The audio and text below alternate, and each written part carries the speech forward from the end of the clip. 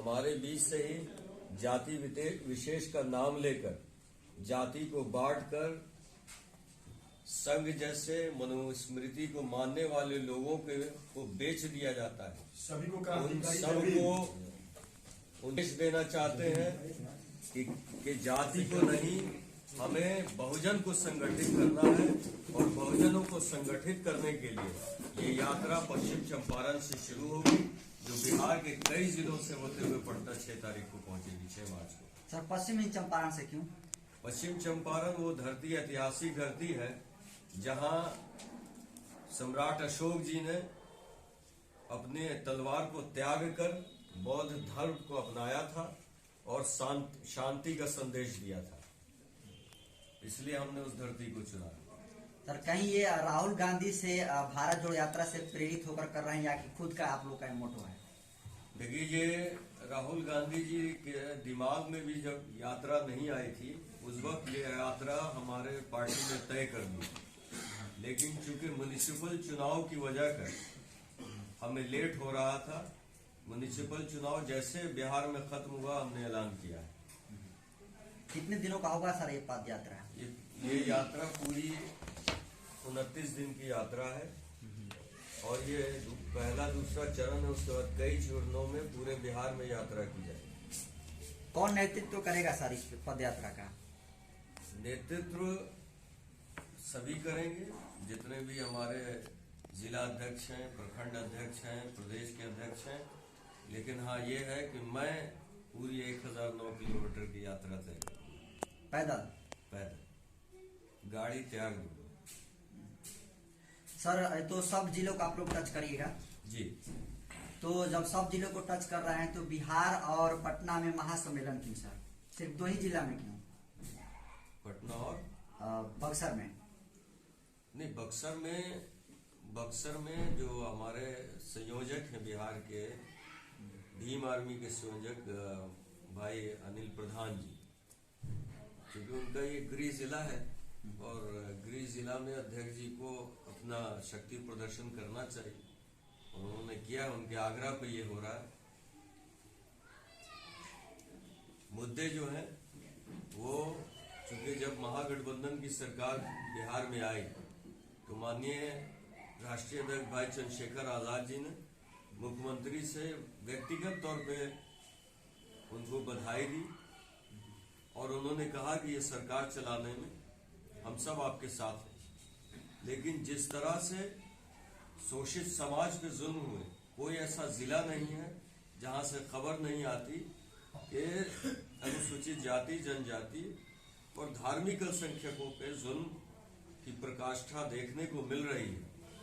तो हम 6 मार्च को ना ही एक विशाल रैली करेंगे, बल्कि मुख्यमंत्री का घेराव करके उनको ये बताना चाहते हैं कि समाज के पीड़ा को हम किसी भी कीमत पे बर्दाश्त नहीं करेंगे, चाहे कुर्सी पे कोई भी बैठा हो, चाहे मेरे परिवार से ही क्यों ना बैठा हो, चाहे मेरा अपना भाई क्यों ना बैठा हो, लेकिन जब जब हमारे समाज पे अत्याचार होगा तो आजाद समाज पार्टी और भीम आर्मी कभी भी खामोश नहीं रह सकती है, चाहे कुर्सी पे कोई भी मिले। इसलिए 6 मार्च को आप पटना में जनसैलाब देखेंगे और माननीय नीतीश कुमार जी को ये संदेश आजाद समाज पार्टी कांशीराम देगी कि किसी भी कीमत पे अनुसूचित जाति पे अत्याचार बर्दाश्त नहीं करेगी भीम आर्मी और आजाद समाज पार्टी। सर यात्रा सिर्फ बहुजन समाज को जोड़ेगी, अगर कोई बाहरी से लोग आना चाहे तो? बाहरी से आने का मतलब क्या है? 15% विदेश से आ रहे हैं? नहीं, 15% सर। 15% तो शोषित है नहीं, अब तो EWS भी है उनके पास, अब तो 5-7 मार्ग में वो पता नहीं क्या क्या बन जाएंगे, तो उनके पास तो समस्या है नहीं।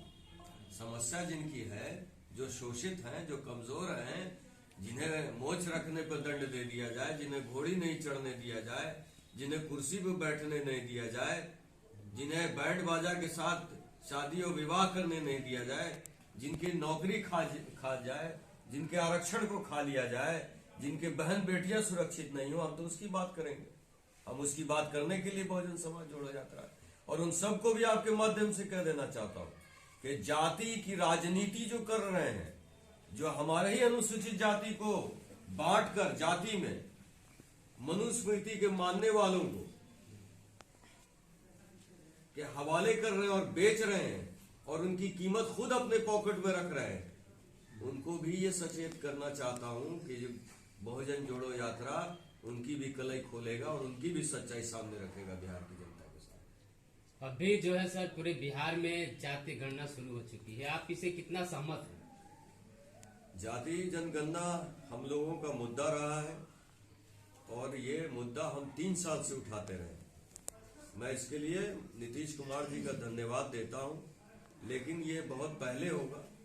जब तक वो जाति जनगणना पूरी तरह से नहीं करा लेते, मुझे लगता है कि मैं उनका धन्यवाद या शुक्रिया भी अदा भी नहीं करना चाहूंगा। सर कुछ लोग कह रहे हैं कि हम जाति ही नहीं बताएंगे, देखिए, और विरोध भी कर रहे हैं जाति जनगणना का। जाति जनगणना का विरोध जो हो रहा है वो नागपुर से चला है। नागपुर के लोग नहीं चाहते हैं कि जाति जनगणना हो भारत के किसी भी हिस्से।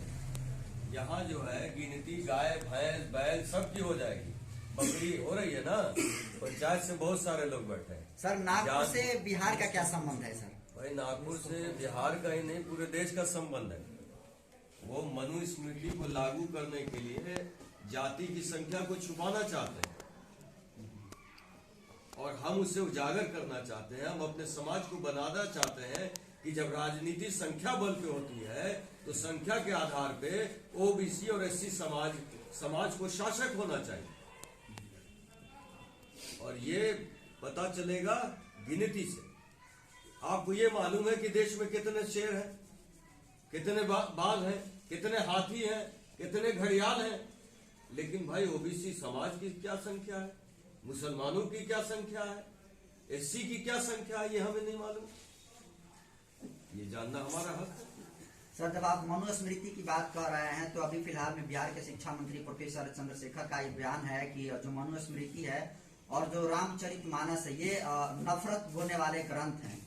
उनके इस बयान को भीम आर्मी और आजाद समाज पार्टी कैसे देखती है?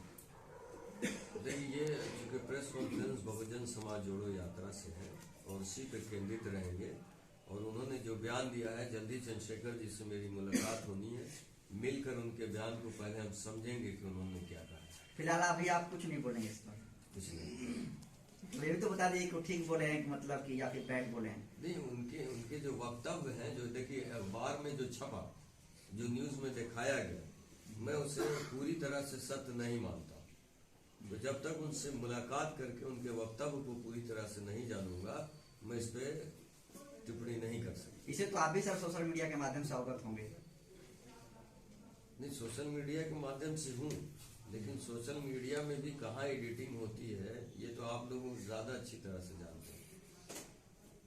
सर अभी आप जहां पर आए हैं बक्सर में, यहाँ से 10 किलोमीटर की दूरी पर जो है चौसा पावर प्लांट है, वहां पर किसानों पर जो है हमले हुए हैं और वहां पर कई दिग्गज नेता भी और मंत्री, यहाँ की सांसद भी यहाँ पर आ रहे हैं और घटना को लगभग जो है 86 दिन से आंदोलन है और अभी तक भीम आर्मी के नहीं तो लोग या वहीं आजाद समाज पार्टी के लोग वहां पर जाता है।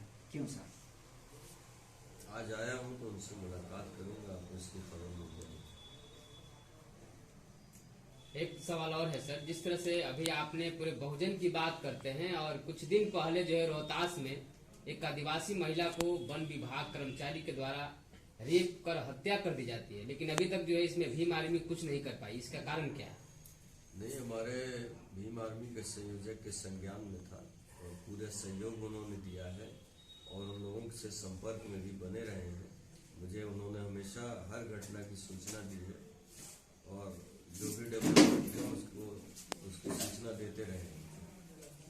पद यात्रा को सफल बनाने के लिए जिस तरह से आप लोग ने जो आयोजन कर रहे हैं और जिस तरह से आपके जो कार्यकर्ता हैं, कहीं ना कहीं ये देखने के लिए आ रहा है कि सर जो होना चाहिए, लेकिन जो आपका निचले लेवल के स्तर की बात करते हैं वहां तक नहीं पहुंच पाते, इसका कारण क्या है? या आप लोग सही से उनको गाइड नहीं कर पाते? देखिए, जोश कब नजर आता है? जब बारात आ जाती है। बारात आने से पहले जोश का पता नहीं चलता है। तो जब हम पदयात्रा शुरू होगी तो जोश भी देखेंगे, होश भी देखेंगे, संख्या भी देखेंगे और सरकार की बेचैनी भी आपको दिखेगी। और इस यात्रा से वहाँ नागपुर में भी जरूर देखेंगे कि हलचल शुरू होगी। यहाँ से असर वहां तक जाएगा? बिल्कुल जाएगा, चूंकि बिहार और यूपी भारत की राजनीति की दशा और दिशा तय करता है।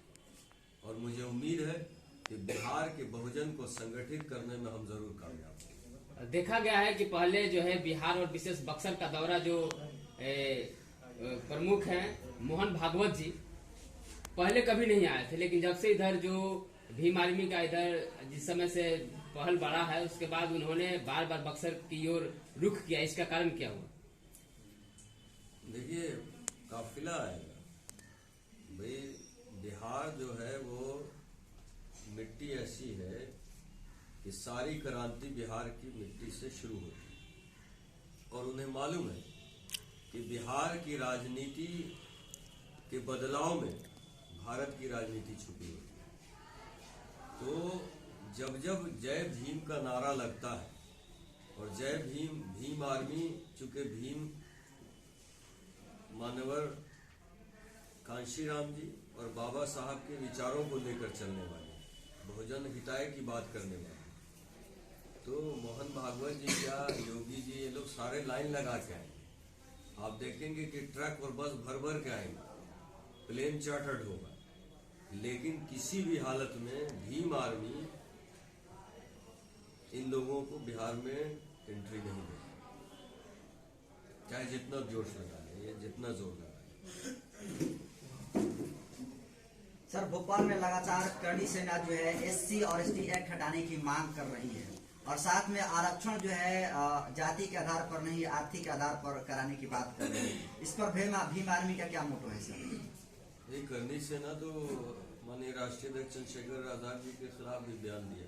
तो करणी सेना है क्या? आरएसएस का एक अंग है।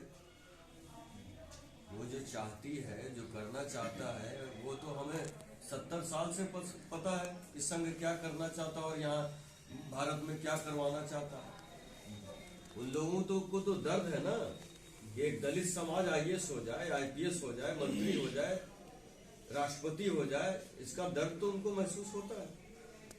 और उनके दर्द को, उनके जख्म को हम भी नासूक बनाना चाहते हैं। इसीलिए बहुजन समाज जोड़ो यात्रा निकाल रहे हैं। और जिस तरह से माननीय राष्ट्रीय अध्यक्ष जी का भोपाल में कार्यक्रम हो रहा है, लाखों की संख्या में वहां भीड़ जुट रही है। जब भी चंद्रशेखर भाई वहां जाते हैं, 13 तारीख को फिर उनका कार्यक्रम है, उसमें भी आप देखेंगे तो वो पूरे देश में संगठित कर रहे हैं बहुजन समाज को।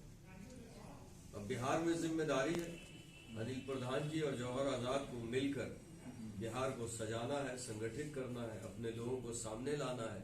और मैं अपने सभी जिला अध्यक्षों भाइयों को, सभी पदाधिकारियों को और कार्यकर्ताओं को नेता बनाने के लिए प्रयासरत रहेंगे। सर, आपके हिसाब से आरक्षण जो है जाति के हिसाब से होनी चाहिए या फिर आर्थिक आधार पर? देखिए, न आर्थिक और न जाति। देखिए, अभी तो फिर जाति के आधार पर आरक्षण मिल रहा है। सामाजिक पिछड़ेपन पे जो लोग, जिनको देश में सामाजिक तौर पे पिछड़ा रखा गया, जिन्हें शूद्र माना गया, अछूत माना गया, उनको आरक्षण मिला। और उन्हें आरक्षण मिलना चाहिए, क्योंकि पूरे देश के झोपड़ियों में जाए ये लोग और जाकर उनसे पूछे कि आप किस समाज से आते हैं। अगर ये सामाजिक तौर पर, शिक्षा के आधार पर, इकोनॉमिक आधार पर अगर कोई पिछड़ा है, तो ये पिछड़ी जातियां ही हैं। एससी समाज, ओबीसी समाज है। तो ये ना कह के कि जाति के आधार पर, आप ये कहिए कि सामाजिक आधार पर उनको आरक्षण मिला और ये मिलता रहना चाहिए जब तक उनकी उन्नति नहीं हो, जब तक वो संपन्न नहीं हो।